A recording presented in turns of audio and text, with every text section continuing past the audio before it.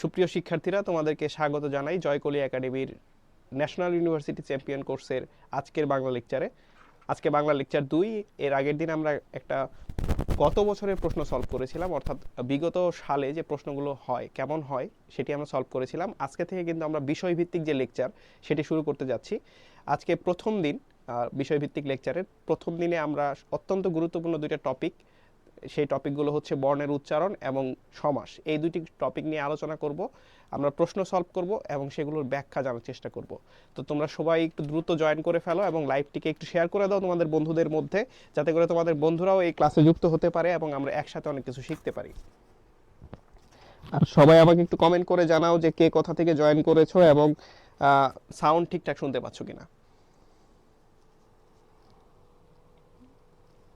আমি live check করছি, আমরা দেখতে পাচ্ছি যে আমাদের মধ্যে অনেকেই যুক্ত হয়েছে।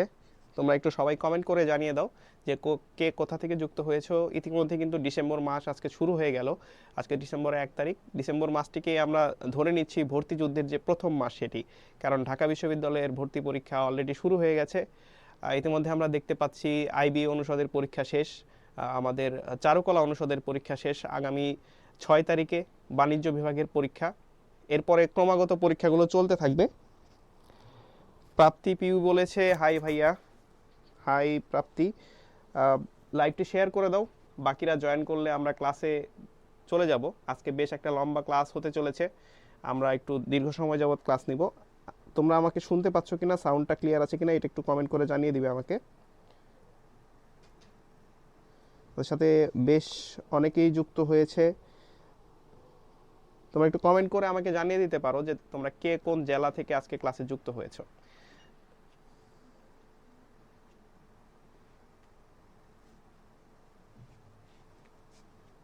যেটি বলছিলাম যে আজকে আমরা জাতীয় বিশ্ববিদ্যালয়ের ভর্তি প্রস্তুতি নিয়ে মেনলি কথা বলবো, সেই সাথে যেহেতু এই টপিকগুলো অন্যান্য বিশ্ববিদ্যালয়ের ভর্তি পরীক্ষার সাথেও প্রাসঙ্গিক, অর্থাৎ অন্যান্য বিশ্ববিদ্যালয়ের যে ইউনিটগুলো রয়েছে সব ইউনিটেই মোটামুটি বাংলা প্রশ্ন আসে এবং সব বাংলা প্রশ্নতেই মোটামুটি সমাস এবং বর্ণের উচ্চারণ কিন্তু থাকে।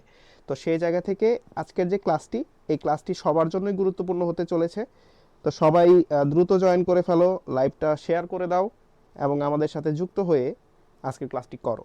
তো আমরা একটু প্রথমে যাই। আমরা দেখতে পাচ্ছি সামিরা মোস্তাক আমাদের সাথে যুক্ত হয়েছে, সে যুক্ত হয়েছে চট্টগ্রাম থেকে। আমাদের সাথে যুক্ত হয়েছে রাকিবুল হাসান ভুইয়া, আমাদের সাথে প্রাপ্তি যুক্ত হয়েছে। তো আমরা আজকে প্রথম প্রশ্নে যাই। প্রথম প্রশ্নটি আমরা দেখব। প্রথম প্রশ্নটি আমরা উচ্চারণ থেকে দেখব, অর্থাৎ বর্ণের উচ্চারণ পার্টটা নিয়ে আমরা আগে আলোচনা করব, যেহেতু এটা তোমরা ভুল করো বেশি। আমরা যখন পরীক্ষাগুলো নেই, মডেল টেস্টগুলো নেওয়া হয়, তখন আমরা দেখি যে এই পার্টটিতে ছাত্ররা বা শিক্ষার্থীরা ভুল করে বেশি। তো এই ভুল যাতে না হয়, গুরুত্বপূর্ণ যে উচ্চারণের নিয়মগুলো আছে সেগুলোকে কভার করার চেষ্টা করব আমরা। আজকে প্রথম প্রশ্নটা দেখি। প্রথম প্রশ্নটি রয়েছে, অজ্ঞাত শব্দের প্রকৃত উচ্চারণ কোনটি? এটি এসেছে জাতীয় বিশ্ববিদ্যালয়ের, আমরা দেখতে পাচ্ছি জাতীয় বিশ্ববিদ্যালয়ের 2013-14 সালের একটি প্রশ্ন জাতীয় বিশ্ববিদ্যালয়ের ভর্তি পরীক্ষায় এসেছে।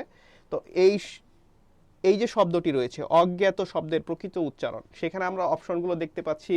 কতে রয়েছে অজ্ঞাত, খতে রয়েছে অজ্ঞাত, গতে রয়েছে অজ্ঞাত, অর্থাৎ এখানে একটি চন্দ্রবিন্দু যুক্ত করা হয়েছে, এবং ঘতে আমরা দেখতে পাচ্ছি একটি ইলেক চিহ্ন দেওয়া হয়েছে। উচ্চারণের ক্ষেত্রে ইলেক চিহ্ন দেওয়া হয়েছে, অর্থাৎ এখানে আমরা কিছু একটা উচ্চারণ করছি না, কিছু একটা বাদ দিয়ে উচ্চারণ করছি, এরকম বোঝানোর চেষ্টা করা হচ্ছে। তো দেখো, এই ক্ষেত্রে আমাদের কৌশল কিন্তু একটাই। এই ধরনের প্রশ্নগুলো আমরা যখন দেখব, অর্থাৎ আমরা যখন এই যে অজ্ঞাত, যেখানে আমরা নাসিক্য বর্ণ যুক্ত থাকা দেখব, অর্থাৎ যুক্ত বর্ণে নাসিক্যের ব্যবহার দেখব, সেটা যদি শব্দের মাঝখানে হয় এবং সেটার যদি উচ্চারণ থাকে, তাহলে সেটার উচ্চারণ লেখার সময় অবশ্যই চন্দ্রবিন্দুর ব্যবহার হয়।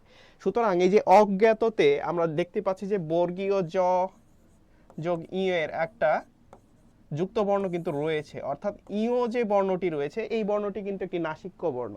তো যেহেতু এই অজ্ঞাততে ইওর উচ্চারণ রয়েছে, সুতরাং আমরা যখন এই ইও যুক্ত বর্গীয় জ যোগ ইও যুক্ত কোনো শব্দের উচ্চারণ লিখতে যাব, সেক্ষেত্রে অবশ্যই কিন্তু আমাদের চন্দ্রবিন্দু ব্যবহার করতে হবে।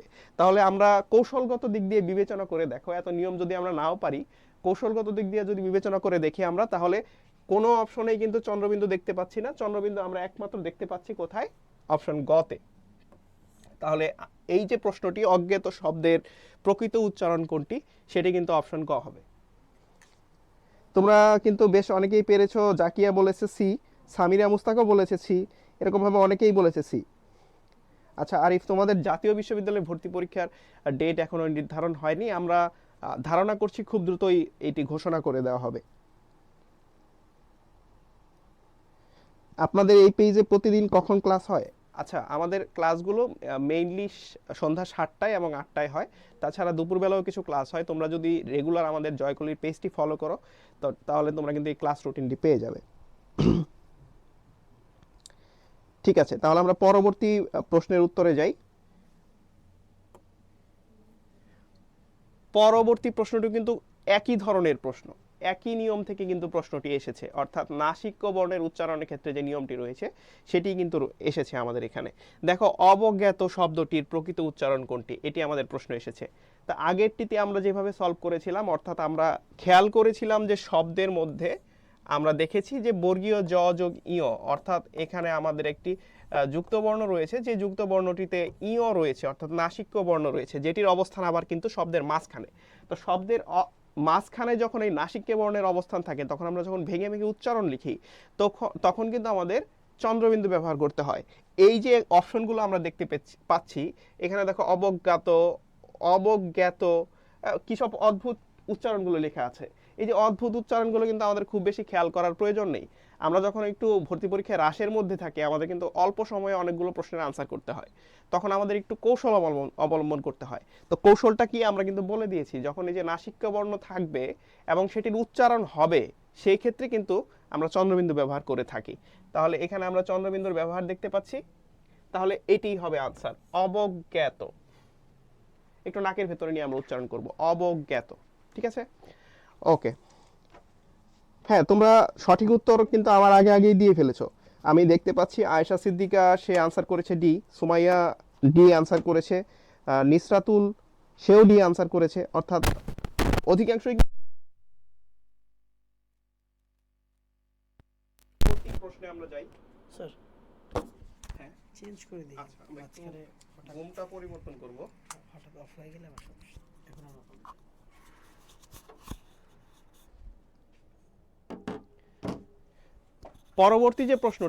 পরবর্তী প্রশ্নটি আমরা দেখতে পাচ্ছি, সহজতর এর শুদ্ধ উচ্চারণ কোনটি। আমাদেরকে প্রশ্ন করা হয়েছে সহজতর এর শুদ্ধ উচ্চারণ কোনটি। তো সহজতর আমরা অনেকে আবেগে বলে ফেলি সহজতর, এইভাবে উচ্চারণ করি। তো সহজতর দন্তস্বর উচ্চারণটা কিন্তু দন্তস্বয়ের মতোই হচ্ছে। তারপরে আমরা দেখতে পাচ্ছি হোজ, অর্থাৎ হয়ের উচ্চারণের সাথে অয়ের উচ্চারণটা কিন্তু আমরা বিবৃত উচ্চারণ দেখতে পাচ্ছি না, সংবৃত উচ্চারণ দেখতে পাচ্ছি, অর্থাৎ হ ওকার দেখতে পাচ্ছি। এবং আমরা বলছি সহজতর, বর্গীয় জকে কিন্তু আমরা সংযুক্ত করে উচ্চারণ করছি না, অর্থাৎ সহজতর বলছি না, আমরা বলছি সহজতর। তাহলে আনসারটা হবে খ। এখানে হসন্ত দিয়ে আমরা মূলত অয়ের উচ্চারণটাকে প্রতিরোধ করছি, অর্থাৎ অয়ের উচ্চারণটা আমরা করছি না। আনসার হবে বি। তো আফরোজা সিনথিয়া লিজা, তার কাছ থেকে আমরা বি আনসার পেয়েছি। তোমাদেরকে আবারও একটু মনে করিয়ে দেই যে আমরা যদি সবাই একসাথে মিলে শিখি তাহলে আসলে শেখাটা বেশি ভালো হয়। তো এই জন্য আমি তোমাদের সকলকে অনুরোধ করবো যে তোমরা আজকে লাইভটা একটু শেয়ার করে দাও। এতে করে দুইটা সুবিধা হয়, একটা হচ্ছে তোমার টাইম লাইনে ক্লাসটি থেকে যায়, যখন আবার তোমার দরকার মনে হয় যে ক্লাসটি আমি রিভিউ করব তখন তুমি ক্লাসটি করে নিতে পারো। এবং দ্বিতীয়ত যেটি হয়, তোমার যে বন্ধুটির আজকের ক্লাসটি প্রয়োজন সেও কিন্তু তোমাদের টাইম লাইন থেকে ক্লাসটি পেয়ে যায়। তাহলে তোমরা একটু ক্লাসটা শেয়ার করে দাও, আমরা পরের প্রশ্নে চলে যাই। পরের প্রশ্নটি হচ্ছে, আহ্বান শব্দের শুদ্ধ উচ্চারণ কোনটি। অলরেডি আমি কিন্তু বলে দিয়েছি আহ্বান উচ্চারণ হবে। ধরো আমাদের নেতারা যারা আছেন, রাজনীতি যারা করেন, ওনারা কিন্তু অনেক সময় আমাদেরকে আহ্বান করেন। তোমরা যখন নিউজ দেখবে যে বিভিন্ন নিউজ চ্যানেলে আমাদেরকে বলছে যে অমুক নেতা আহ্বান করেছেন যেন আমরা মিছিলে অংশগ্রহণ করি। তো এই ধরনের আহ্বান অর্থাৎ ডাকা, সেটার উচ্চারণটা কি? দেখো, এটা অসংখ্যবার এসেছে, আমরা দেখতে পাচ্ছি জাতীয় বিশ্ববিদ্যালয়ে এসেছে, ঢাকা বিশ্ববিদ্যালয়ের বিজ্ঞান অনুষদে এসেছে 23-24 সেশনে, বাণিজ্য অনুষদে এসেছে 18-19 সেশনে, অসংখ্যবার এসেছে, রাজশাহী বিশ্ববিদ্যালয়ে এসেছে, গুচ্ছতে এসেছে, কুমিল্লা বিশ্ববিদ্যালয়ে এসেছে। সুতরাং এটি কিন্তু খুবই গুরুত্বপূর্ণ একটি প্রশ্ন। তো এই গুরুত্বপূর্ণ প্রশ্নটির আনসার কি হবে? এই সম্পূর্ণ প্রশ্নটির আনসার হবে আহ্বান। অপশন সি, আহ্বান। আহ্বান না, কিন্তু আমরা অনেকেই ভুল করে আহ্বান বলি, কিন্তু এটির সঠিক উচ্চারণ হচ্ছে আহ্বান। আমি আবার একটু লাইভে যাই, তোমাদের কমেন্টগুলো আমি একটু দেখতে চাই যে তোমরা কে কি আনসার করছো। হ্যাঁ, আমরা দেখতে পাচ্ছি যে 4 নাম্বার প্রশ্নের যে আনসারটি ছিল সি আনসার, সেটি তোমরা সবাই করেছো, সি আনসার করেছো।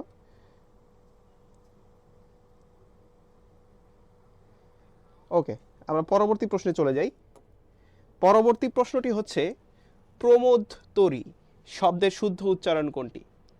প্রমোদ তরী। আগেকার দিনে রাজা বাদশাদের যখন ঘুরতে যেতে ইচ্ছা করতো, তো আগে যেহেতু এত বেশি যোগাযোগ ব্যবস্থা ভালো ছিল না, রাস্তাঘাট ভালো ছিল না, তখন তারা এই প্রমোদতরীতে করে নৌবিহারে যেতেন, অর্থাৎ সমুদ্র পথে বা নৌপথে তারা ঘুরতে বেরোতেন, ঘুরতে বেরিয়ে বিভিন্ন জায়গায় যেতেন। তো সেইটাকে বলা হতো প্রমোদতরী, অর্থাৎ ঘুরতে বেরোনোর উদ্দেশ্যে যে নৌকাগুলো ব্যবহার করা হতো সেগুলো ছিল প্রমোদতরী। বর্তমান যুগেও কিন্তু এই প্রমোদতরীগুলো রয়েছে, আমাদের দেশে যদিও নেই, যদিও আমরা নতুন করে এই যুগে প্রবেশ করার চেষ্টা করছি। বাইরের দেশগুলোতে যেমন থাইল্যান্ডে এই প্রমোদতরীর সংখ্যা অনেক বেশি দেখা যায়। তো এই প্রমোদতরী, সেটির আনসার কি হবে?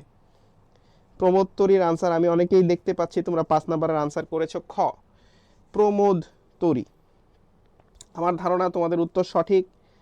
প্রমোদতরীর উত্তরটি সঠিক দিয়েছো তোমরা সবাই, যেহেতু অধিকাংশই বলছো অপশন বি হবে, তাহলে আমার আসলে আর দ্বিমত করার সুযোগ নেই, উত্তরটি সত্যিকার অর্থেই প্রমোদতরী, অপশন খ। এখানে কিন্তু দয়ের উচ্চারণ দ হিসাবে হচ্ছে, দয়ের সাথে অ উচ্চারিত হচ্ছে না, এই ব্যাপারটি আমাদের খেয়াল রাখতে হবে। তাহলে আমরা একটু পরবর্তী প্রশ্নে চলে যাই। আজকে প্রশ্নের সংখ্যা অনেক, তো এই যেহেতু প্রশ্নের অনেক চাপ রয়েছে, আমরা একটু দ্রুত ব্যাখ্যা দিয়ে শেষ করব আজকের ক্লাসটি। তো দেখো, পরবর্তী প্রশ্নটি রয়েছে অসত্য শব্দটির সঠিক উচ্চারণ। অসত্য এই ধরনের শব্দ, অর্থাৎ যেটি দিয়ে বৈপরীত্য বোঝায় বা বিপরীত শব্দ বোঝায়, যখন অযুক্ত হয়ে বিপরীত হয়ে যায় তখন উচ্চারণে একটা বিশেষ নিয়ম রয়েছে। সেই নিয়মটি অনুযায়ী এই প্রশ্নটির উত্তর কি হবে তোমরা সবাই একটু দাও, আমি একটু দেখার চেষ্টা করছি। তার আগে আমি একটু অসত্য শব্দটি লিখি। অসত্য, এখানে আমাদের অনেকগুলো অপশন রয়েছে। আমরা এখানে দেখতে পাচ্ছি অসত্য লেখা আছে, অসত্য লেখা আছে, অসত্য লেখা আছে, অসত্য লেখা আছে, অর্থাৎ আমরা অনেক ধরনের উচ্চারণ কিন্তু দেখতে পাচ্ছি। তোমরা আনসার করছো 6 ডি, 6 ডি আনসার করছো।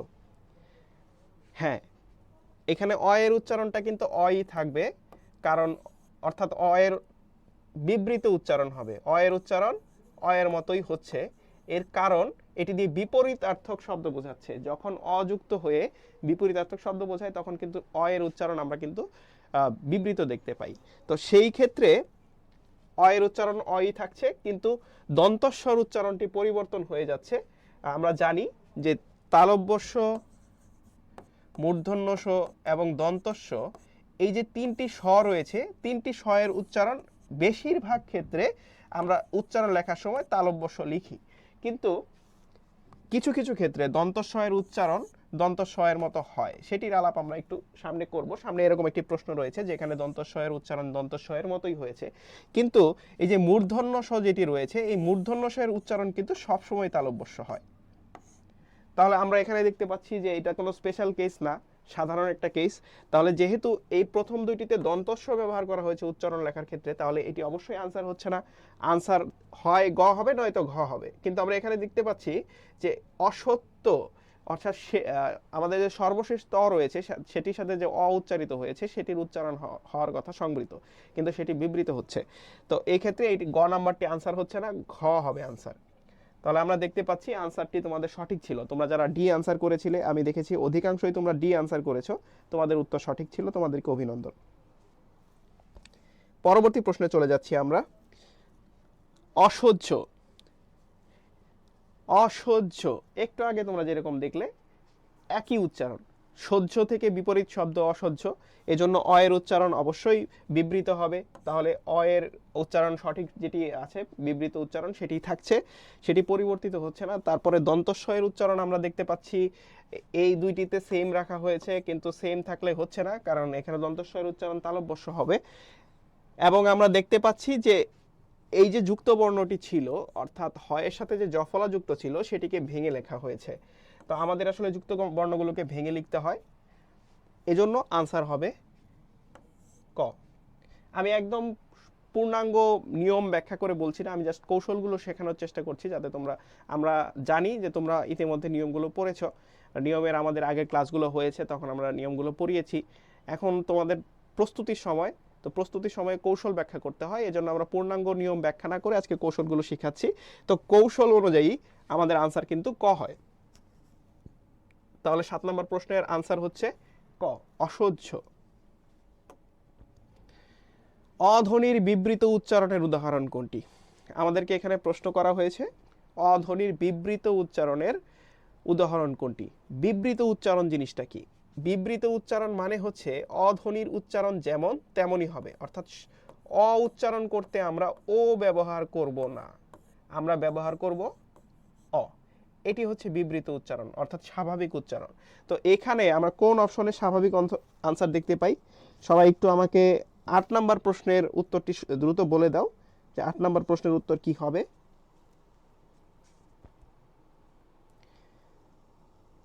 আমি দেখতে পাচ্ছি আয়েশা সিদ্দিকা আনসার করেছে। হ্যাঁ মিনহাজ, জাতীয় বিশ্ববিদ্যালয়ের জন্য প্রস্তুতির ক্লাস প্রতিদিনই হয়।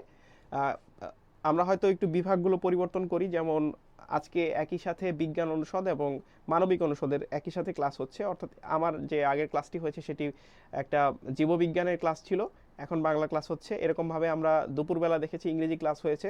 তো এরকম প্রতিদিনই ক্লাস হতে থাকে। তোমরা যদি জয়কলির পেজে নিয়মিত থাকো, নিয়মিত আপডেটগুলো রাখো, তাহলে তোমরা অবশ্যই ক্লাসগুলো করতে পারবে। আমরা দেখতে পাচ্ছি একজন শুধু আনসার করেছে 8-এর ক, লাবিব আল হোসেন। আয়েশা সিদ্দিকা বলেছে 8-এর সি হবে, অধীর। আচ্ছা, আমরা আসলে উত্তরটি একটু দেখে নিব। এখানে সঠিক উত্তর হচ্ছে 8-এর এ, অনেক। এই অতুল, অতুলের দুইটি উচ্চারণ রয়েছে। যদি অতুল হচ্ছে নামের ক্ষেত্রে ইউজ করা হয়, বিশেষ্য পদের ক্ষেত্রে ব্যবহার করা হয়, তাহলে উচ্চারণটা অতুল হয়। আর যদি আমরা বিপরীত অর্থ করতে ধরি তাহলে অতুল হয়। যেহেতু দুইটি উচ্চারণ রয়েছে এই জন্য আমরা এই উচ্চারণটি নিচ্ছি না। অধীরের ক্ষেত্রে আমরা বিবৃত উচ্চারণ পাই, সংবৃত উচ্চারণ পাই, দুঃখিত। অর্থাৎ এক্ষেত্রে আমরা ও এর মতো উচ্চারণ পাই, এজন্য এই উত্তরটি হচ্ছে না। করুণের ক্ষেত্রে আমরা উচ্চারণটি কিন্তু এইভাবে পাই, করুণের ক্ষেত্রে আমরা উচ্চারণটি পাই এভাবে, অর্থাৎ এই ক্ষেত্রেও আমরা সংবৃত উচ্চারণ দেখতে পাই। তাহলে এখানে শুধু একটা আমরা দেখতে পাচ্ছি বিবৃত উচ্চারণ, সেটি হচ্ছে অনেক, যেখানে অ এর উচ্চারণ কিন্তু অনেক হচ্ছে না, ও এর মতো হচ্ছে না, এখানে কিন্তু অ এর মতো উচ্চারণ হচ্ছে। এজন্য এই আনসারটি হচ্ছে ক হবে। পরবর্তী প্রশ্নে আমরা যাই। পরবর্তী প্রশ্নটি হচ্ছে ঢাকা বিশ্ববিদ্যালয়ের গ ইউনিটের যারা বিভাগ পরিবর্তন অনুষদে পরীক্ষা দিয়েছে, অর্থাৎ সি ইউনিট যারা পরীক্ষা দিয়েছে কিন্তু অন্য বিভাগ থেকে, তাদের এই প্রশ্নটি এসেছিল। প্রশ্নটি হচ্ছে কোনটিতে ব ফলার উচ্চারণ বহাল রয়েছে, অর্থাৎ কোনটিতে ব ফলা উচ্চারিত হচ্ছে। আমরা দেখতে পাচ্ছি বিধ্বস্ততে ব ফলা সরাসরি উচ্চারিত না হয়ে ধকে দ্বিত্ব উচ্চারণ দিচ্ছে। উদ্বেগের মধ্যে আমরা দেখতে পাচ্ছি, উদ্বেগের মধ্যে আমরা কিন্তু দেখতে পাচ্ছি যে এখানে কিন্তু ব ফলা উচ্চারিত হচ্ছে। তাহলে আমাদের আর নিচের দিকে যেতে হচ্ছে না। তারপর আমরা নিচের দিকে যেতে পারি। আমরা এখানে সত্যের উচ্চারণ দেখতে পাচ্ছি, সত্য। আমরা এখানে সত্যের উচ্চারণ দেখতে পাচ্ছি, সত্য, এরকম। আর দ্বন্দ্বের উচ্চারণ আমরা দেখতে পাচ্ছি, দ্বন্দ্ব, এরকম। তো সেক্ষেত্রেও কিন্তু আমরা ব ফলার উচ্চারণ দেখতে পাচ্ছি না। তো যেহেতু ব ফলার উচ্চারণ আমরা কোথায় দেখতে পাচ্ছি? শুধু খ নাম্বারে দেখতে পাচ্ছি, তাহলে অবশ্যই আনসারটা কিন্তু উদ্বেগ হবে। পরবর্তী প্রশ্নে আমরা যাই। নিচের কোনটি অধ্বনির সংবৃত উচ্চারণ নয়? এখানে আমাদেরকে একটু আগে যেরকম বিবৃত উচ্চারণ জানতে চেয়েছিল, অর্থাৎ অধ্বনির উচ্চারণ কোথায় অ এর মতোই হয়, ও এর মতো হয় না, সেটা জানতে চেয়েছিল। এখানে কিন্তু তার উল্টাটা জানতে চেয়েছে। এখানে আমাদের কাছে জানতে চেয়েছে যে এখানে অধ্বনির উচ্চারণ কোনটিতে ও এর মতো হয়, সেটি আমরা একটু দেখার চেষ্টা করি যে ও এর মতো অধ্বনির উচ্চারণ কোথায় হয়। আমরা বলেছিলাম যদি কোনো বিপরীতার্থক শব্দ বোঝায়, না বোধক অর্থ বোঝায়, ওই ক্ষেত্রে আমরা অধ্বনির সংবৃত উচ্চারণ দেখতে পাই। এখানে দেখো টলে না এমন, অটল। অটল মানে টলে না এমন।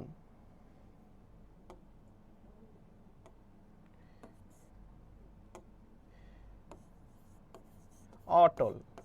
এই শব্দটি আমরা যদি খেয়াল করি তাহলে এটি দিয়ে বোঝায় হচ্ছে টলে না এমন, অর্থাৎ এটি দিয়ে একটি না বোধক অর্থ প্রকাশ করছে। এই না বোধক অর্থ যখন প্রকাশ করে তখন আমরা দেখি যে এর উচ্চারণ হয় হচ্ছে বিবৃত সংবৃত, অর্থাৎ ও এর মতো উচ্চারিত হয়, টলে না এমন। তাহলে অটলের উচ্চারণ মূলত হচ্ছে কি?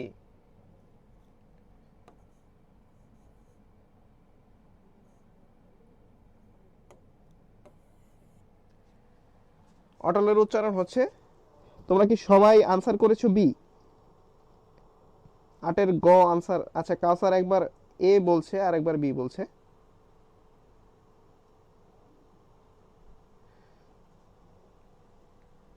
10-এর ডি। আচ্ছা, আমরা তো 10 নম্বরের ডি আনসার করছি, অতীত। অতীত। আর কে কি 10-এর বি আনসার করেছে? একজন অটল। 10-এর খ, এটাও বিবৃত। 10-এর খ বিবৃত, হ্যাঁ 10-এর খ বিবৃত। আর আমরা সবার কাছ থেকে শুনি।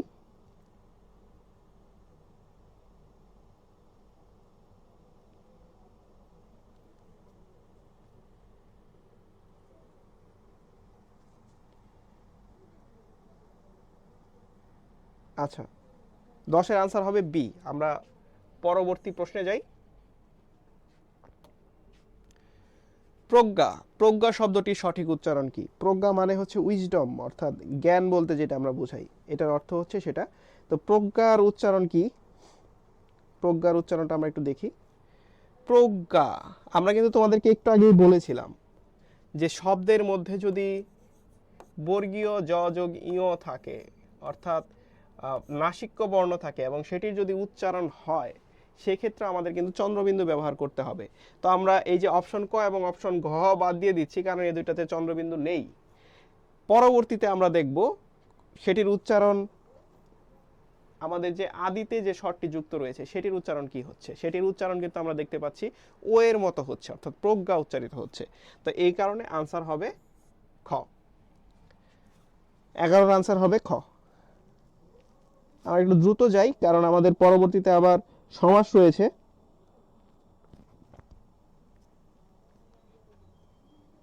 ওকে, আমরা 11-এর আনসার দেখতে পাচ্ছি অনেকের কাছ থেকেই। সবাই সঠিক আনসার দিচ্ছে সবসময়। খুবই ভালো লাগছে ব্যাপারটি দেখে যে তোমরা সঠিক আনসার দিচ্ছ। 11-এর খ, হ্যাঁ তোমাদের উত্তর সঠিক হয়েছে। উপমা চক্রবর্তী, লিপি দত্ত, সুমাইয়া মিসবা, সবার আনসার সঠিক হয়েছে, তোমাদেরকে অভিনন্দন। এই আনসারগুলো কিন্তু বি হবে।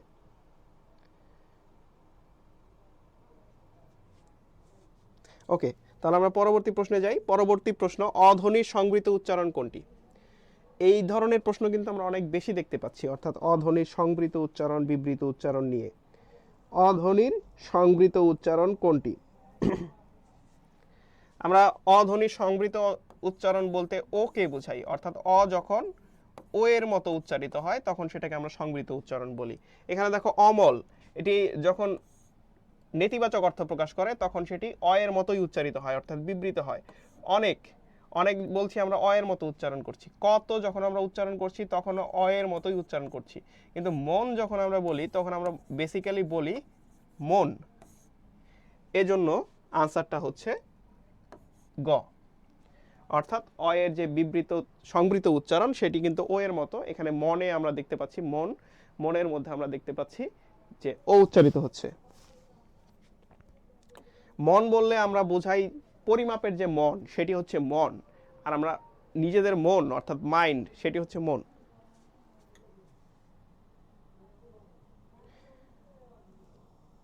আচ্ছা, আমি আশা করব যে তোমরা আমার সাথে সাথেই আছো, সাথে সাথে আনসার করছো। হ্যাঁ, সবাই 12-র সি আনসার করেছে। তোমাদের সঠিক উত্তর দিয়েছো তোমরা সবাই। কাউসার সরকার, তোমার উত্তরটা ভুল হয়েছিল। আশা করি তুমি আবার পরবর্তী যে উত্তরটি দিবে সেটি সঠিক হবে। তো দুর্মূল্য শব্দের প্রমিত উচ্চারণ, দুর্মূল্য শব্দের প্রমিত উচ্চারণ, সঠিক উচ্চারণ কোনটি দুর্মূল্যের? আমরা জানি উচ্চারণ লেখার সময় আমরা সাধারণত দীর্ঘ উকার ব্যবহার করি না। তো এই ক্ষেত্রে আমরা যে জায়গাগুলোতে দীর্ঘ উকার আছে সেই অপশনগুলো বাদ দিয়ে দিব। তো আমরা এখানে যদি আমরা দীর্ঘ উকারের অপশনগুলো বাদ দিয়ে দেই, যেহেতু আমরা উচ্চারণ লেখার ক্ষেত্রে দীর্ঘ উকার ব্যবহার করি না। তাহলে এখানে দেখো 3টি অপশনে দীর্ঘ উকার রয়েছে, তাহলে আমাদের অন্য কিছু চিন্তা করতে হচ্ছে না, আমরা কিন্তু দেখতে পাচ্ছি যে আনসার হয়ে যাচ্ছে খ। সেটি দীর্ঘ উকার দিয়ে লেখা থাকুক আর হ্রস্ব উকার দিয়ে লেখা থাকুক, আমরা উচ্চারণ লেখার ক্ষেত্রে কিন্তু সর্বদা হ্রস্ব উ ব্যবহার করি। তো যেহেতু এখানে দীর্ঘ উকার, এখানেও দীর্ঘ উকার, এখানেও দীর্ঘ উকার রয়েছে, এই 3 ক্ষেত্রে আমাদের অপশনগুলো ভুল দেয়া আছে এবং সঠিক অপশন দেয়া আছে খ, যেহেতু 2টি হ্রস্ব উকার ব্যবহার করা হয়েছে, এজন্য আনসারটি হবে খ।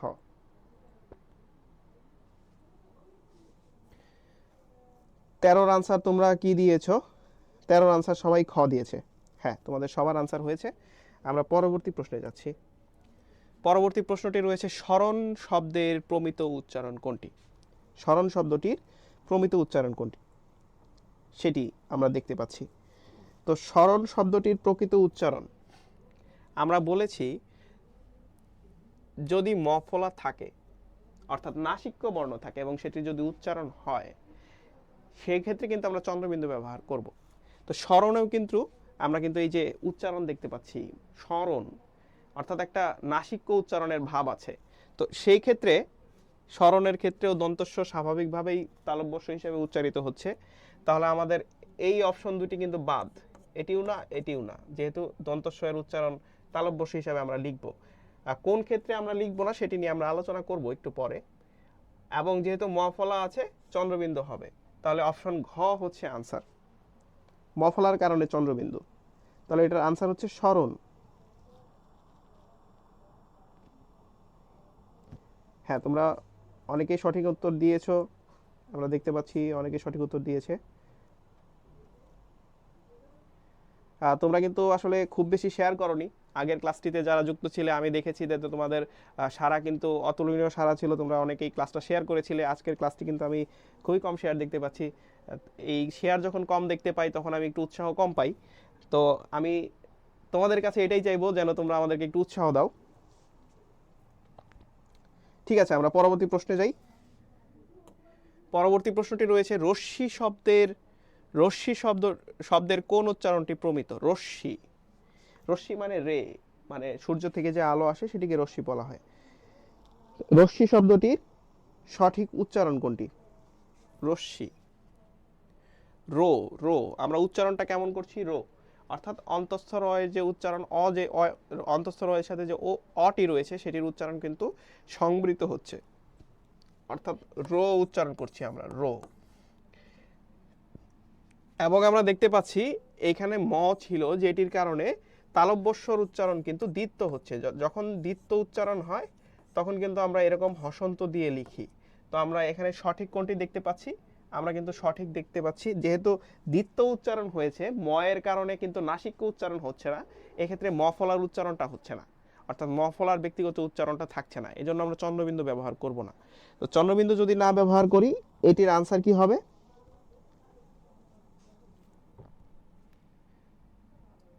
আচ্ছা, এখানে তো চন্দ্রবিন্দু হবে, কারণ চন্দ্রবিন্দু উচ্চারিত হচ্ছে, মফলা উচ্চারিত হচ্ছে। তো যেহেতু মফলা উচ্চারিত হচ্ছে, তাহলে আমাদের উত্তরটি হবে ঘ।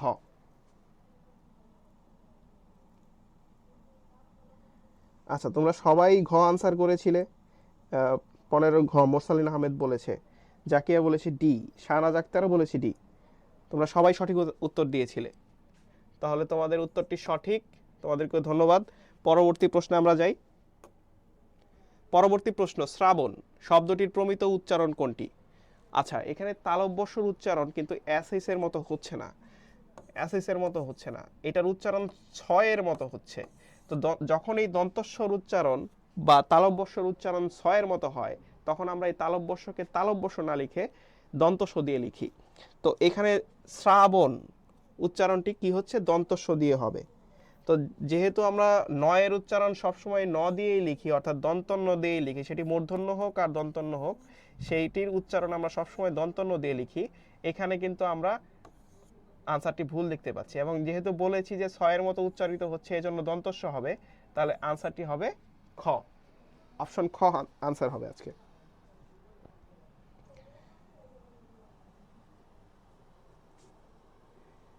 আচ্ছা, 16 সবাই খ আনসার করেছে, তোমাদেরকে ধন্যবাদ। আমরা পরবর্তী প্রশ্নে চলে যাচ্ছি। পরবর্তী প্রশ্ন, স্মৃতিসৌধ শব্দের প্রমিত উচ্চারণ। স্মৃতিসৌধ শব্দের প্রমিত উচ্চারণ একইভাবে একটু আগে আমরা যে দন্তাস্বের উচ্চারণ যেরকম দেখতে পাচ্ছিলাম, একটা স্পেশাল উচ্চারণ ছিল, একইভাবে কিন্তু এখানে দন্তস্বয়ের উচ্চারণ এস এইচ এর মতো হচ্ছে না বা এস এর মতো হচ্ছে না, আমরা এখানে ছয়ের মতো উচ্চারণ দেখতে পাচ্ছি। তো এই ধরনের উচ্চারণের ক্ষেত্রেও কিন্তু আমরা দন্তস্বয়ের উচ্চারণ দন্তস্ব দিয়েই লিখব, এবং এখানে ম ফলা রয়েছে, ম ফলা যুক্ত রয়েছে, তো ম ফলার জন্য আমাদের কিন্তু চন্দ্রবিন্দু ব্যবহার করা লাগবে। এই জন্য আনসারটি হচ্ছে স্মৃতিসৌধ, ক নাম্বার আনসার, অপশন গ হচ্ছে আনসার। পরবর্তী প্রশ্নে আমরা চলে যাই। অধ্যাপক, অধ্যাপক, প্রফেসর, অধ্যাপক, তোমাদের কলেজে অনেকেই রয়েছেন সম্মানিত অধ্যাপক। তো অধ্যাপক শব্দটি কিভাবে উচ্চারিত হয়, আমরা কি সঠিক উচ্চারণ করি? আমরা বলি অধ্যাপক, অধ্যাপকটা আসলে অধ্যাপকটা উচ্চারণটা হচ্ছে অধ্যাপক, অধ্যাপক, অর্থাৎ অপশন ক হবে এটির ক্ষেত্রে আনসার, অধ্যাপক। অ এর উচ্চারণটি হবে সংবৃত, এবং পরবর্তীতে আমরা যে অধ্যাপক এখানে যে যুক্ত বর্ণ রয়েছে সেটিকে ভাঙবো, সেটিকে ভেঙে লিখবো দয় ধয়। ওকে, তাহলে এটার আনসার হবে 18 ক। ব্যঞ্জন শব্দটির উচ্চারণ, জাহাঙ্গীরনগর বিশ্ববিদ্যালয়ের সি ইউনিটে 23-24 সালে এসেছে ব্যঞ্জন শব্দটির উচ্চারণ। তো ব্যঞ্জন শব্দটির উচ্চারণ আমরা দেখি, ব্যঞ্জন, ব্যঞ্জন, এটির উত্তর আমরা দেখব ব্যঞ্জন, ঘ। খুব বেশি ব্যাখ্যা দিচ্ছি না, কারণ আমাদের সমাসও পড়াতে হবে, সমাস পড়াতে গেলে আমরা একটু দেরি করে ফেলতে পারি, ক্লাসটা কভার করতে হবে, সেই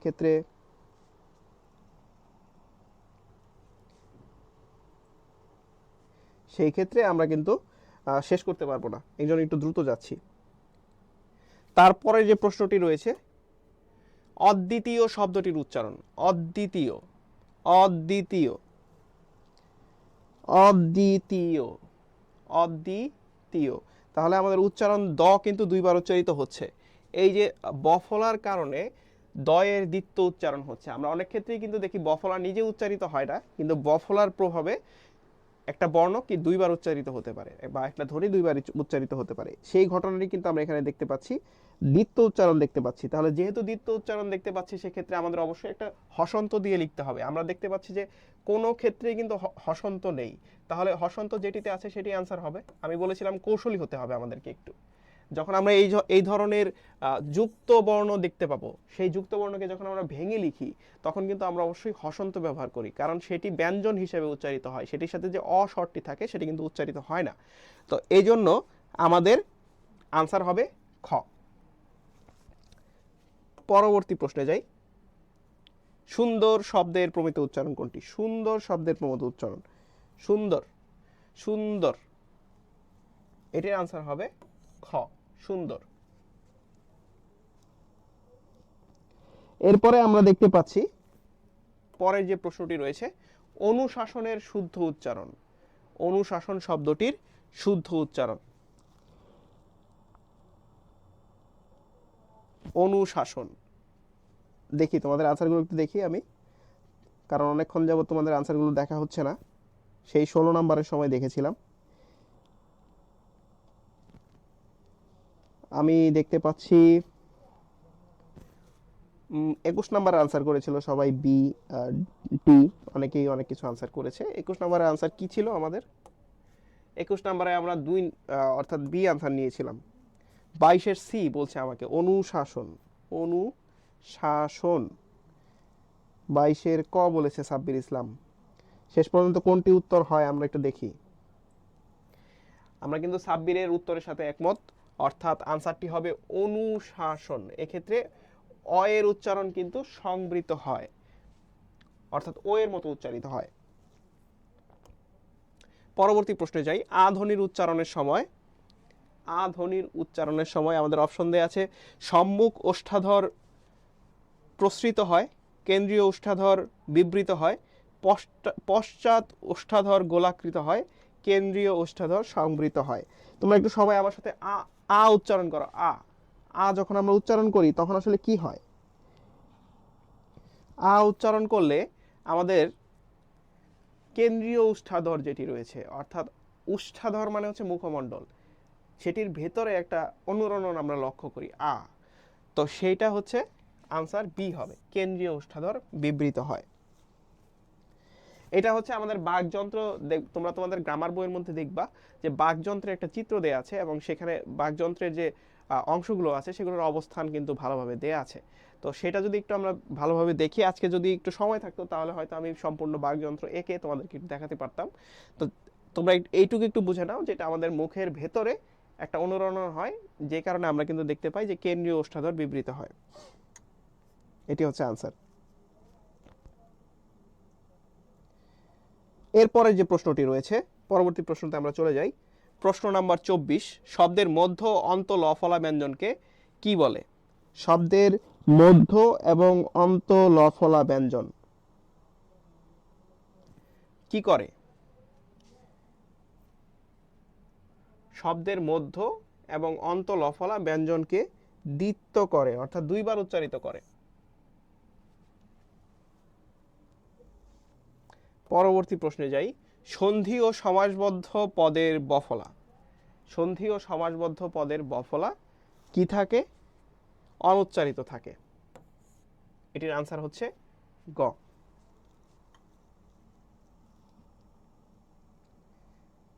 এটি ছিল আমাদের উচ্চারণ সম্পর্কিত সর্বশেষ প্রশ্ন। এখন আমরা সমাসে চলে যাব। সমাস রিলেটেড যে প্রশ্নগুলো আছে, যেগুলো অত্যন্ত গুরুত্বপূর্ণ, সেগুলো কিন্তু আমরা এখন একটু ব্যাখ্যা করব।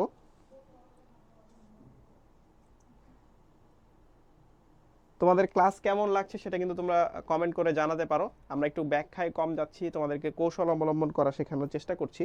তো সেই ক্ষেত্র থেকে অনেকের মনে হতে পারে যে নিয়ম কেন পড়ানো হচ্ছে না। নিয়ম কিন্তু ইতিমধ্যে পড়ানো হয়েছে আগে, অর্থাৎ ভর্তি পরীক্ষার আগে যখন আমরা ব্যাখ্যামূলক পড়া পড়িয়েছি তখন কিন্তু পড়ানো হয়েছে। এবং এক্ষেত্রে কিন্তু তোমরা আমাদের যে জয়কলির যে জাতীয় বিশ্ববিদ্যালয় সহায়িকা বইটি রয়েছে এবং বাংলা বিচিত্রা যে বইটি রয়েছে, এই দুইটি বইয়ের কিন্তু সহায়তা তোমরা নিতে পারো। আচ্ছা, ধন্যবাদ তোমাদেরকে, তোমরা অনেকেই বলেছো ভালো লাগছে। তো পরবর্তী প্রশ্নে আমরা যাই। ওকে, সমাসে যাচ্ছি আমরা। সমাস, সমাস, প্রথম সমাসটি রয়েছে পূর্ণভূমি সমাসবদ্ধ শব্দটি কোন সমাসের দৃষ্টান্ত? পূর্ণভূমি।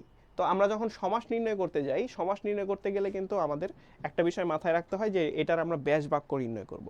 অর্থাৎ ব্যাস বাক্য নির্ণয় করার মাধ্যমে কোন পদের অর্থ প্রাধান্য পালো সেটির উপর ভিত্তি করে কিন্তু আমাদের সমাসের প্রকারভেদগুলো হয়। তো এখানে পূর্ণভূমি শব্দটিকে যদি আমরা ব্যাস বাক্য করি তাহলে দাঁড়ায় পূর্ণ যে ভূমি। অর্থাৎ পূর্ণভূমি বলতে কোন একটা ভূমিকে বা কোন একটা স্থানকে বোঝায়। অর্থাৎ ভূমি শব্দটির অর্থের কিন্তু প্রাধান্য পায়, অর্থাৎ পরপদ অর্থের প্রাধান্য পাচ্ছে। তো পরপদ তো অনেক সমাসে অর্থের প্রাধান্য পেতে পারে, তাই না? এর মধ্যে 4টি সমাস আমরা পরপদের অর্থ প্রাধান্য পেতে দেখি। সেটা কর্মধারয় সমাসে, দ্বিগু সমাসে, বহুব্রীহি, বহুব্রীহি সমাসে না, আমরা হচ্ছে প্রাদি সমাসে পরপদের অর্থ প্রাধান্য পেতে দেখি, তৎপুরুষ সমাসে পরপদের অর্থ প্রাধান্য পেতে দেখি। কিন্তু কোনরূপ শর্ত ছাড়াই শুধু পরপদের অর্থ প্রাধান্য পেলেই যেটি কর্মধারয় সমাস হয়। অর্থাৎ এক্ষেত্রে আমরা দেখতে পাচ্ছি যেহেতু পূর্ণভূমি মূলত একটা ভূমি বা স্থান, সেটা হতে পারে কোনো দেশ, হতে পারে কোনো এলাকা যেখানে গেলে পুণ্য হয়, বা যেখানে বিশেষ কোনো ব্যক্তি জন্মগ্রহণ করেছেন বলে সেটি খুব পবিত্র ভূমি মনে করা হয়, এই ধরনের ভূমিকে পুণ্যভূমি বলা হচ্ছে, যেটি মূলত একটি স্থানকে বোঝাচ্ছে। সুতরাং ভূমির অর্থ প্রাধান্য পাচ্ছে, তাই পরপদের অর্থ যেহেতু প্রাধান্য পাচ্ছে, পরপদের অর্থ যদি প্রাধান্য পায় সেটিকে বলা হয় কর্মধারয় সমাস। তাহলে আমরা এটির আনসার লিখব কর্মধারয় সমাস। পরবর্তী প্রশ্নে আমরা যাই। কোনটি ঠিক? আমাদেরকে অপশন কতে বলেছে গায়ে চাদর, এটা দ্বন্দ্ব সমাস। প্রকৃতপক্ষে এটি দ্বন্দ্ব সমাস কিন্তু আসলে না। পূর্বপদের অর্থ প্রধান, তৎপুরুষ সমাস। এটি একটি ভুল তথ্য। পূর্বপদের অর্থ প্রাধান্য পায় শুধু একটি সমাসে, সেই সমাসটিকে বলা হয় অব্যয়ীভাব সমাস। অর্থাৎ আমরা যদি এখানে কেটে দিয়ে অব্যয়ীভাব সমাস লিখে দিতাম তাহলে কিন্তু এটির আনসারটি হতো, এটির আনসারটি সঠিক থাকতো যদি অব্যয়ীভাব লেখা থাকতো এখানে। পূর্বপদের অব্যয় ও পরপদে বিশেষ্য, পূর্বপদে অব্যয় থাকবে এবং পরপদে বিশেষ্য থাকবে, এটিকে আমরা বলবো অব্যয়ীভাব সমাস। আচ্ছা, এটির সাথে আমরা একমত হতে পারি, এটি হচ্ছে সঠিক উত্তর। অর্থাৎ পূর্ব পদে যদি অব্যয় থাকে এবং পরের পদে যদি বিশেষ্য পদ থাকে সেটিকে বলা হয় অব্যয়ী ভাব সমাস। যেমন উপজেলা, এটি একটি অব্যয়ী ভাব সমাস। এখানে আমরা দেখতে পাই যে পূর্ব পদে অব্যয় পদ রয়েছে এবং পরপদে হচ্ছে বিশেষ্য পদ রয়েছে, জেলা রয়েছে। পোকামাকড়, পোকা ও মাকড় অলুক বহুব্রীহি সমাস। অলুক বহুব্রীহি সমাস বলা হবে যখন সমাসের ব্যাস বাক্যে যে বিভক্তি থাকবে সেটি লোপ পাবে না এবং অন্য পদের প্রাধান্য পাবে, তাহলে সেটি হবে অলুক বহুব্রীহি সমাস। কিন্তু আমরা এখানে দেখতে পাচ্ছি পোকা ও মাকড়, পোকা ও মাকড়, পোকা ও মাকড়। তো এই পোকা ও মাকড় একসাথে পোকামাকড়, যেটি একটি দ্বন্দ্ব সমাস, মূলত প্রায় সমার্থক দ্বন্দ্ব, যেটিকে বলা হয় প্রায় সমার্থক দ্বন্দ্ব, এটি হচ্ছে পোকা ও মাকড়। তাহলে এই যে অলুক বহুব্রীহি সমাস, এই তথ্যটি কিন্তু সঠিক না। তাহলে আনসার হচ্ছে গ। পরের প্রশ্নটিতে আমরা যাই। বেওয়ারিশ কোন সমাস? বেওয়ারিশ অর্থাৎ যার ওয়ারিশ নাই। অনেক সময় আমরা নিউজ পেপারে দেখি না যে বেওয়ারিশ লাশ পাওয়া গেছে, অর্থাৎ যে লাশের কোনো পরিচয় আমরা পাচ্ছি না সেটি কিন্তু বেওয়ারিশ লাশ। বেওয়ারিশ, এটার যদি আমরা বেশ বাক্য করি তাহলে বেশ বাক্যটা দাঁড়ায় হচ্ছে ন ওয়ারিশ, অথবা আমরা এটাকে বলতে পারি ওয়ারিশ নাই যার, অর্থাৎ একটা নাবাচক অর্থ প্রকাশ করছে, একটি নেতিবাচক অর্থ প্রকাশ করছে। এই নেতিবাচক অর্থ প্রকাশ করলে সেটিকে নৈঅর্থক বহুব্রীহি সমাস বলে। আমরা কিন্তু আর কোনোটিতে কিন্তু এরকম নেতিবাচক অর্থ প্রকাশ করার কথা বলছি না, বা নেতিবাচক অর্থ প্রকাশ করে নৈয় অব্যয়ী ভাব সমাস বা নৈয় কর্মধারয় সমাস, যদি এগুলো প্রকারভেদে হয় না সেগুলো কিন্তু বলছি না। নৈয় তৎপুরুষ সমাস হয়, কিন্তু এখানে তৎপুরুষ সমাসের নৈয় বলা নেই। তো এই জন্য আমরা হচ্ছে এইটা আনসার দিচ্ছি অপশন ক, নৈয়ার্থক বহুব্রীহি সমাস। মেঘাচ্ছন্ন সমাসবদ্ধ পদটি কোন সমাস? তো মেঘাচ্ছন্ন শব্দটিকে যদি আমরা বেশ বাক্য করি, অর্থাৎ যে সমস্ত পদটি রয়েছে সেটিকে যদি আমরা ব্যাস বাক্য করে লিখি তাহলে হয় মেঘ দ্বারা আচ্ছন্ন। সমাসের শর্ত অনুযায়ী যদি পরপদের অর্থ প্রাধান্য পায়, অর্থাৎ এখানে পরপদের অর্থ প্রাধান্য পাচ্ছে, মেঘাচ্ছন্ন মানে আচ্ছন্ন, আচ্ছন্নতাটাকে আমরা বেশি গুরুত্ব দিচ্ছি, মেঘে ঢাকা বোঝাচ্ছি। তো মেঘ এখানে গুরুত্বপূর্ণ না, এখানে গুরুত্বপূর্ণ হচ্ছে আচ্ছন্ন থাকার বিষয়টি, অর্থাৎ পরপদের অর্থ প্রাধান্য পাচ্ছে এবং পূর্ব পদের সাথে বিভক্তি যুক্ত রয়েছে। আমরা এখানে দেখতে পাচ্ছি তৃতীয়া বিভক্তি, অর্থাৎ দ্বারা দিয়া কর্তৃক, তৃতীয়া যে বিভক্তি সেটি রয়েছে। তো পরপদের অর্থ প্রাধান্য পাওয়া এবং পূর্বপদে বিভক্তি যুক্ত থাকা, এটা হচ্ছে তৎপুরুষ সমাসের লক্ষণ। এবং তৎপুরুষ সমাসের নাম কি অনুযায়ী হয়? যে বিভক্তি যুক্ত থাকে সেই অনুযায়ী হয়। আমরা এখানে দেখতে পাচ্ছি তৃতীয়া বিভক্তি যুক্ত আছে। তাহলে তোমরা ঝটপট একটু আনসার করে ফেলো যে এটার আনসার কি হবে। আমি ধরে নিচ্ছি যে তোমাদের আনসার হবে সি, কারণ তোমরা অনেক বুদ্ধিমান। আমি সমগ্র ক্লাসে দেখতে পাচ্ছি তোমরা সবসময় সঠিক উত্তর দিচ্ছ, তো সেই জায়গা থেকে আমি ধরে নিয়েছি যে তোমরা অনেক বুদ্ধিমান এবং উত্তরটি তোমরা সঠিক দিয়েছো। আমরা দেখতে পাচ্ছি বিদ্রোহী কবি কাজী নজরুল ইসলাম আমাদের ক্লাসে কিন্তু আজকে যুক্ত হয়েছে এবং সে আজকে ক্লাসকে একটু নিয়ন্ত্রণ করার চেষ্টা করছে। অনেকেই ক্লাসে বিভিন্ন উল্টাপাল্টা কথা লিখে, আসলে তাদের আসলেই মাথা ঠিক থাকে না মাঝে মধ্যে। নাহিদ জুবাইরের হয়তো মাথা একটু ঠিক নাই, একটু সমস্যা হয়েছে। তো সে জায়গায় কিন্তু বিদ্রোহী কবি কাজী নজরুল ইসলাম বলেছে মাথা কি ঠিক আছে কিনা। আপনাকে ধন্যবাদ বিদ্রোহী কবি কাজী নজরুল ইসলাম, আপনি একটু ক্লাসের নিয়ম শৃঙ্খলা নিয়ন্ত্রণ করেন। আমরা দেখতে পাচ্ছি অনেকেই আনসার দিয়েছে গ, অর্থাৎ তৃতীয়া তৎপুরুষ সমাস। উত্তরটি কিন্তু সঠিক হয়েছে। আমরা পরবর্তী প্রশ্নে যাই। নিষ্কলঙ্ক কোন সমাসের উদাহরণ? নিষ্কলঙ্ক,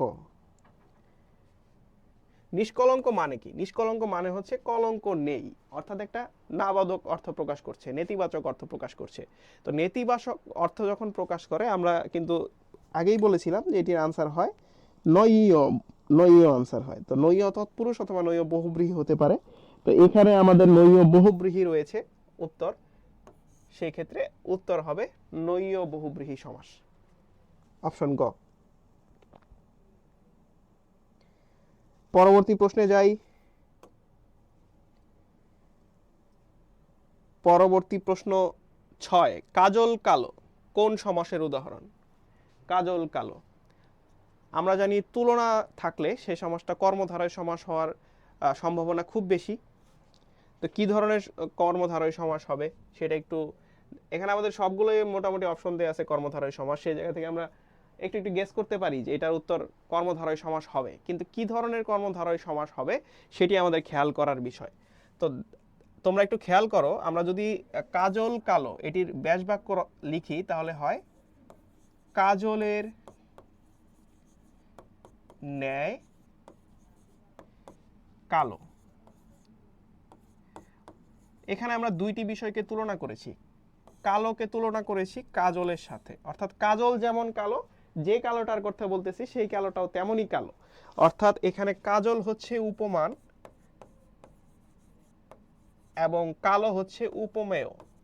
যে সমাসে উপমান এবং উপমেয়ের মধ্যে তুলনা করা হয় এবং তাদের মধ্যে একটা সাধারণ গুণ থাকে, অর্থাৎ কাজলও কালো, কালোও কালো, অর্থাৎ তাদের গুণ কিন্তু এক জায়গায় গিয়ে সেম, দুইজনই কালো, দুটি বিষয়ই কালো। তো এই ধরনের সাধারণ গুণ থাকে এবং উপমান এবং উপমেয়ের মধ্যে তুলনা করা হয়, তখন সেটিকে বলা হয় উপমান কর্মধারয় সমাস। তাহলে এই ক্ষেত্রে আনসারটা কিন্তু হবে খ, উপমান কর্মধারয় সমাস। আমি একটু তোমাদের আনসারটা দেখি তোমরা কি আনসার করেছো। হ্যাঁ, 6 এর বি আনসার করেছে সবাই, এইজেল, জাকিয়া, সুমাইয়া, উপমা, শাহনাজ সবাই কিন্তু বি আনসার করেছে। তাহলে আমরা পরবর্তী প্রশ্নে চলে যাই। পরবর্তী প্রশ্নটি রয়েছে মোহনিদ্রা কোন সমাসের উদাহরণ? আমরা অপশন কতে দেখতে পাচ্ছি কর্মধারয় সমাস, খতে দেখতে পাচ্ছি নৈয় তৎপুরুষ সমাস, গতে দেখতে পাচ্ছি অব্যয়ীভাব সমাস, ঘতে দেখতে পাচ্ছি দ্বন্দ্ব। মোহনিদ্রা, এটাকে যদি আমরা ব্যাস বাক্য লিখি তাহলে হয় মোহ রূপ নিদ্রা।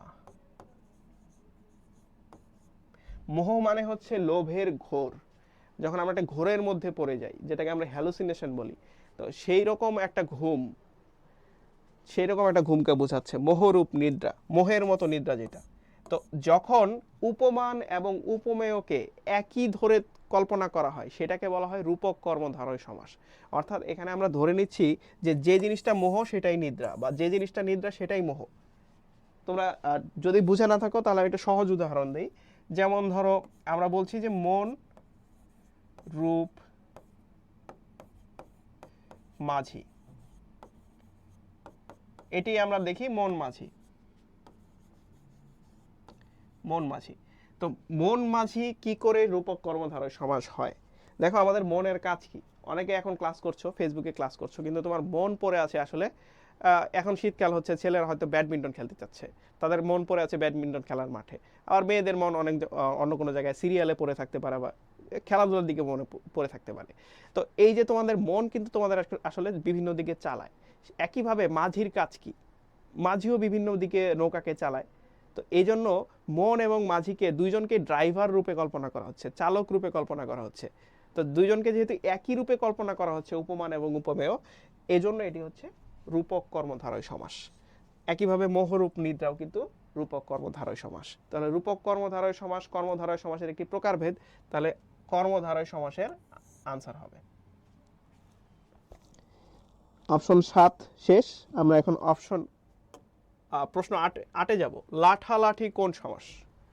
লাঠালাঠি কোন সমাস? তোমরা কিন্তু সবাই সঠিক উত্তর দিয়েছিলে 7-এর এ। লাঠালাঠি কোন সমাস হবে সবাই একটু গেস করো।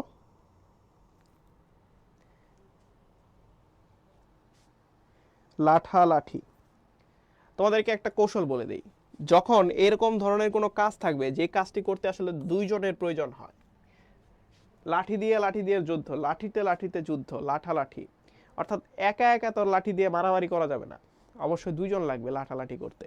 তো যে কাজগুলো করতে দুইজন লাগে, যেমন কানাকানি, গালাগালি, অর্থাৎ একজন গালি দিচ্ছে আরেকজনও গালি দিচ্ছে, এইটা হচ্ছে দুইজন লাগতেছে। তো এই দুইজন যখন লাগে তখন সেটাকে বলা হয় ব্যতিহার। ব্যতিহার বলা হয়। তো এখানে ব্যতিহার কোনটাতে আছে? ব্যতিহার আছে অপশন খতে, ব্যতিহার বহুব্রীহি।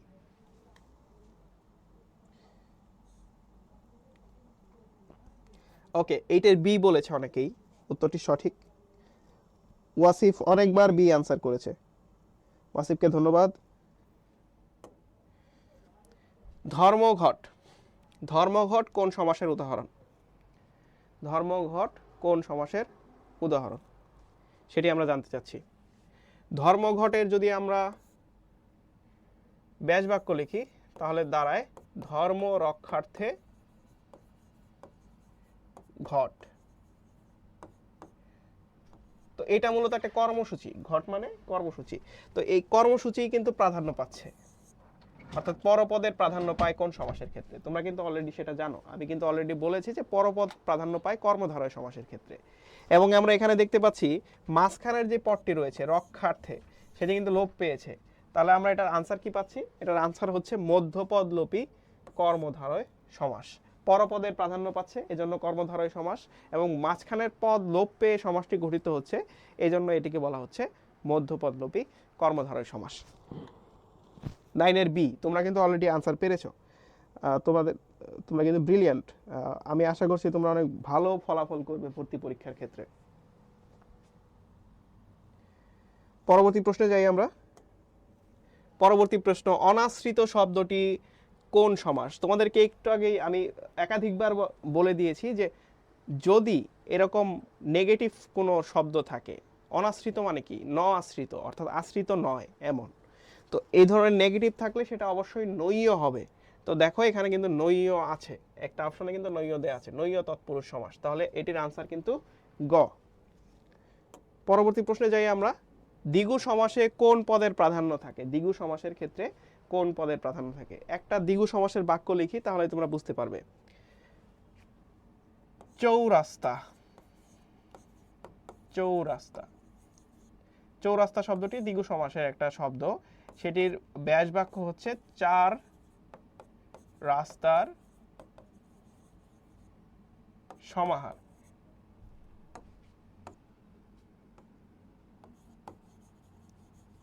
চার রাস্তার সমাহার। তো চার রাস্তার সমাহার দিয়ে মূলত কি চার সংখ্যাটিকে বোঝায় নাকি একটা রাস্তাকে বোঝায়? রাস্তাকে বোঝায় অবশ্যই। তাহলে এখানে আমরা দেখতে পাচ্ছি যে পরপদের অর্থ প্রাধান্য পায়, পূর্বপদের অর্থ কিন্তু প্রাধান্য পায় না, পরপদের অর্থ প্রাধান্য পায়। তো পরপদের অর্থ প্রাধান্য পায় এবং সংখ্যার উল্লেখ থাকে, এই দুইটি শর্ত থাকলে তাহলে দ্বিগু সমাস হয়। তাহলে দেখো এখানে সংখ্যার উল্লেখ আছে এবং পরপদের প্রাধান্য আছে। তোমাদের কাছে প্রশ্ন করেছে কোন সমাসের ক্ষেত্রে, দ্বিগু সমাসের ক্ষেত্রে কোন পদের প্রাধান্য পায়? তাহলে তোমরা আনসার করবে পরপদের অর্থ প্রাধান্য পায়। পরবর্তী প্রশ্নে যাই আমরা। অব্যয়ীভাব সমাসবদ্ধ শব্দ কোনটি? আমাদেরকে এখানে বলেছে অব্যয়ীভাব সমাসবদ্ধ শব্দ কোনটি। আমরা কিন্তু শর্ত বলেছিলাম অব্যয়ীভাব সমাসের ক্ষেত্রে, দুইটি শর্ত রয়েছে অব্যয়ীভাব সমাসের। একটি শর্ত হচ্ছে অব্যয়ীভাব সমাসের পূর্ব পদে অব্যয় পদ থাকবে এবং পরপদে বিশেষ্য পদ থাকবে। এই ধরনের পদ থাকলে আমরা সেটিকে অব্যয়ীভাব সমাস বলতে পারবো। তো তোমরা এখানে দেখো যে কোন কোন জায়গায় আমাদের অব্যয় পদ দেয়া আছে এবং পরবর্তীতে দেয়া আছে বিশেষ্য পদ, সেটি হচ্ছে আনসার ঘ, আমূল।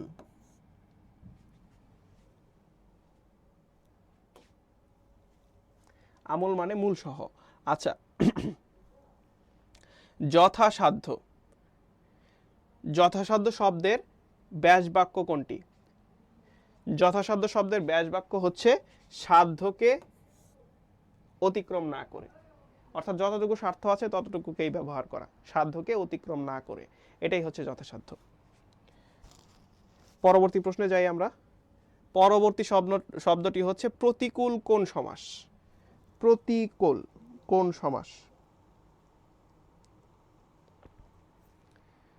প্রতিকূল, কুলের বিপরীতে প্রতিকূল, তাহলে এটা অব্যয়ীভাব সমাস। আমরা দেখতে পাচ্ছি শুরুতে অব্যয় পদ রয়েছে এবং পরপদে আমরা দেখতে পাচ্ছি বিশেষ্য পদ রয়েছে। তো এই ধরনের সমাসকে অব্যয়ীভাব সমাস বলে। তাহলে এটি আনসার হচ্ছে অব্যয়ীভাব সমাস। এরপরের প্রশ্নে যাই আমরা। তৎপুরুষ সমাসের উদাহরণ কোনটি? তৎপুরুষ সমাসের উদাহরণ কোনটি? তোমরা একটু দ্রুত আনসার করে দাও। তৎপুরুষ সমাসের উদাহরণ কোনটি? অনেকক্ষণ যাবত তোমাদের আনসার দেখা হচ্ছে না, তো আমি একটু আনসারটা দেখি। 14 নম্বর প্রশ্নের খ আনসার করেছিল সবাই। মীর আশরাফুল ইসলাম বলেছে আসসালামু আলাইকুম। ওয়ালাইকুম আসসালাম মীর আশরাফুল, তোমাকে স্বাগত জানাই আমাদের ক্লাসে। যদিও তুমি একটু পরে হয়তো জয়েন করেছো, পরবর্তীতে তুমি রেকর্ডেড ক্লাসটি দেখে নিতে পারবে। আমি সবার কাছ থেকে 16 নম্বর প্রশ্নের আনসার দুঃখিত 15 নম্বর প্রশ্নের আনসার জানতে চাচ্ছি।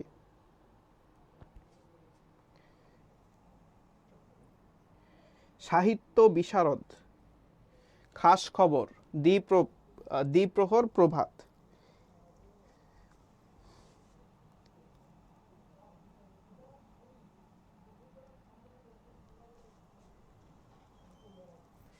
তো দেখো, এটার আনসার হবে সাহিত্য বিশারদ।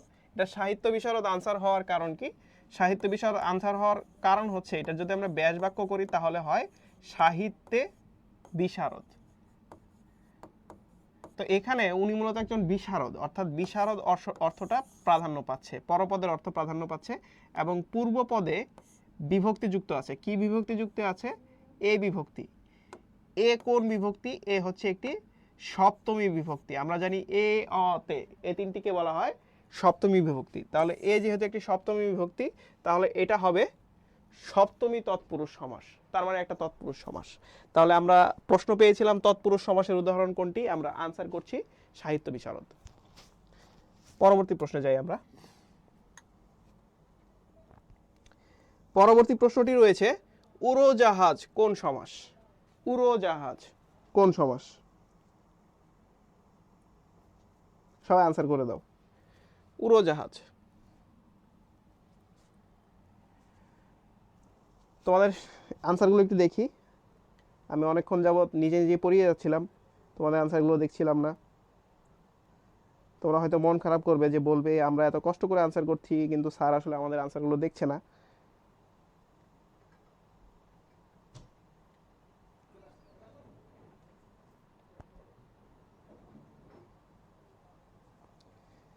আচ্ছা, এটার আমরা একটু ব্যাস বাক্যটা লিখি।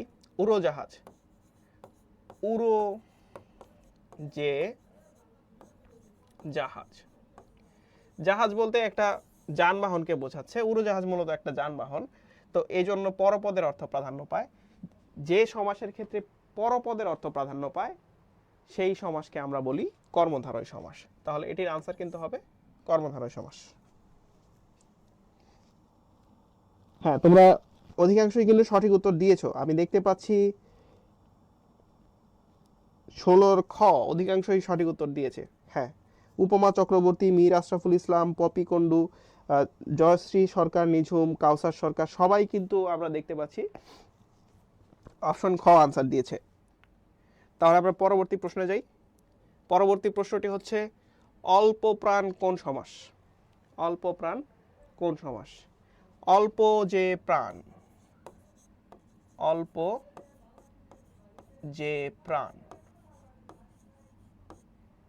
অল্প প্রাণ। কিন্তু এটা দিয়ে মূলত অল্পকেও বোঝায় না, প্রাণকেও বোঝায় না, মূলত বোঝায় একটা জীবকে, যে জীবটা জীবন অল্প, অল্প প্রাণ। অর্থাৎ প্রাণকেও বোঝাচ্ছে না, অল্পকেও বোঝাচ্ছে না, বোঝাচ্ছে একটা জীবকে যে কিনা খুব অল্প সময়ের মধ্যে মারা যাবে। তো এই ধরনের জীবকে বলা হয় অল্প প্রাণ। যেহেতু জীবকে বোঝাচ্ছে, অল্পকেও বোঝাচ্ছে না, প্রাণকেও বোঝাচ্ছে না, তার মানে কি অন্য পদ প্রাধান্য পাচ্ছে।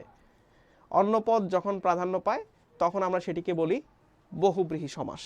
তো এক্ষেত্রে আমরা আনসার দিব হচ্ছে বহুব্রীহি সমাস।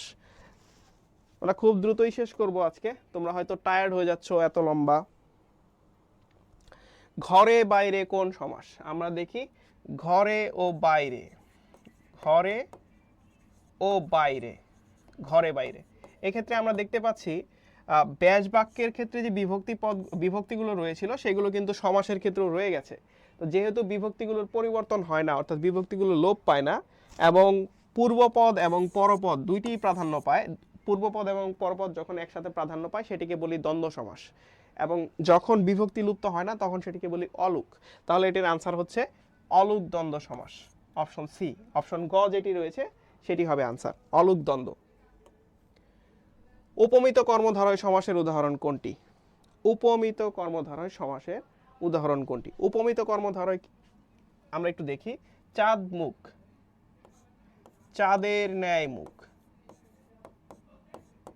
চাঁদের ন্যায় মুখ। আমরা এর আগে যখন কাজল কালো পড়েছিলাম, তখন কাজলের ন্যায় কালো যখন পড়েছিলাম, তখন দুইটার মধ্যে একটা সেম বৈশিষ্ট্য ছিল, অর্থাৎ সাধারণ গুণ ছিল যে দুইটাই কালো। কিন্তু যখন আমরা চাঁদ মুখ বলছি, এই চাঁদ মুখ দিয়ে আসলে আমরা কি বোঝাচ্ছি সেটা কিন্তু আমরা জানি না। অর্থাৎ চাঁদ মুখ বলতে কি বোঝাচ্ছি, চাঁদটা কি গোল চ্যাপ্টা নাকি সাদা নাকি ফর্সা, সেরকম কিন্তু আমরা নির্দিষ্টভাবে জানি না যে আসলে কোন বিষয়টার ভিত্তিতে দুইটাকে তুলনা করছি। যখন উপমান এবং উপমেয়ের মাঝখানে কোনো সাধারণ গুণের উল্লেখ না থাকে, তখন সেটাকে বলা হয় উপমিত কর্মধারয় সমাস। তাহলে এখানে চাঁদ মুখ হবে উপমিত কর্মধারয় সমাস। বৈষম্য বিরোধী শব্দটি যে সমাসে নিষ্পন্ন। বৈষম্য বিরোধী, এটি গত বছর ভর্তি পরীক্ষায় এসেছিল, ঢাকা বিশ্ববিদ্যালয়ের বি ইউনিটে 24-25 সেশনে এসেছিল। তো এই বৈষম্য বিরোধী যে শব্দটি দেখি আমরা, এটির যদি আমরা ব্যাসবাক্য করি তাহলে হয় বৈষম্যের বিরোধী। বৈষম্যের বিরোধী, বৈষম্যের বিরোধী মানে যে কোনো কিছুর বিরোধিতা হচ্ছে এটা আছে। তাহলে বিরোধিতা যেহেতু বেশি গুরুত্ব পাচ্ছে, তাহলে পরপদের অর্থ প্রাধান্য পাচ্ছে, পরপদ প্রধান। এবং বৈষম্যের এর বিভক্তি যুক্ত আছে, পূর্বপদে বিভক্তি যুক্ত আছে এবং পরপদের অর্থ প্রাধান্য পাচ্ছে। তাহলে কোন সমাস হবে? তৎপুরুষ সমাস হবে। এটি হচ্ছে তৎপুরুষ সমাস আনসার। গণ অভ্যুত্থান শব্দটি একই নিয়মে, অর্থাৎ আগের যে প্রশ্নটি আমরা সলভ করলাম বৈষম্যের বিরোধী, একইভাবে গণের অভ্যুত্থান। গণ অভ্যুত্থান, গণ অভ্যুত্থান মূলত একটা অভ্যুত্থান বা আন্দোলন, তো সেটা পরপদের প্রাধান্য পাচ্ছে আমাদের, এবং পূর্বপদে কিন্তু এর বিভক্তি যুক্ত আছে। তাহলে এটাও একটা তৎপুরুষ সমাস। শব্দটি কিভাবে গঠিত হয়েছে? হ্যাঁ, সমাস দ্বারা গঠিত হয়েছে। গণের অভ্যুত্থান যেহেতু, এটা একটা সমাস দ্বারা গঠিত শব্দ, ষষ্ঠী তৎপুরুষ সমাস। কোন শব্দগুলো যথাসম্ভব একসাথে লিখতে হয়? সমাসবদ্ধ শব্দগুলো যথাসম্ভব একসাথে লিখতে হয়, এবং যদি আলাদা করে লিখি আমরা তাহলে হাইফেন ব্যবহার করতে হয়। ওকে। কোনটি মধ্যপদলোপী কর্মধারয় সমাস? কোনটি মধ্যপদলোপী কর্মধারয় সমাস? স্মৃতি রক্ষার্থে সৌধ, স্মৃতিসৌধ। অর্থাৎ মাঝখানে আমরা রক্ষার্থে বাদ দিয়ে দিছি, দুইটা আছে। নিচের কোনটি ব্যতিহার বহুব্রীহি সমাস? ব্যতিহার, কানাকানি। আমি বলেছিলাম যে কাজটা করতে দুইজন মানুষ লাগে, অর্থাৎ কানাকানি যখন আমরা করি তখন দুইজন মানুষ লাগে, ওইটা হচ্ছে ব্যতিহার। সুতরাং এখানে কানাকানি হচ্ছে। বেতার শব্দটি কোন সমাস? আমি বলেছিলাম বেতার অর্থাৎ নাই তার, তার নেই যার, বেতার। তো এই যে এরকম নেতিবাচক অর্থ যখন প্রকাশ করে তখন সেটা নৈয় হয়, তাহলে এটার আনসার হবে নৈয় বহুব্রীহি সমাস। তো আজকে এই ছিল তোমাদের সাথে আমাদের ক্লাস। তোমাদেরকে অসংখ্য ধন্যবাদ, তোমরা দীর্ঘ সময় যাবত ধৈর্য ধরে আমাদের ক্লাসটি দেখেছো। আমরা প্রতিনিয়তই তোমাদের জন্য নতুন নতুন টপিকে ক্লাস নিয়ে আসি, বিভিন্ন বিষয়ের ক্লাস নিয়ে আসি, এবং সেই সাথে তোমাদের কাছে সাজেশন থাকবে যে তোমরা কিন্তু জয়কলির যে জাতীয় বিশ্ববিদ্যালয়ের প্রস্তুতির যে বইটি রয়েছে সেটি কিন্তু কিনতে পারো, আর সেটি পড়তে পারো। এবং জয়কলি বিচিত্রা সেটি কিন্তু বাংলার একটি কমপ্লিট গাইডলাইন, সেটিও কিন্তু তোমরা পড়তে পারো। তোমাদেরকে ধন্যবাদ, শুভরাত্রি। আজকে এখানে বিদায় নিচ্ছি।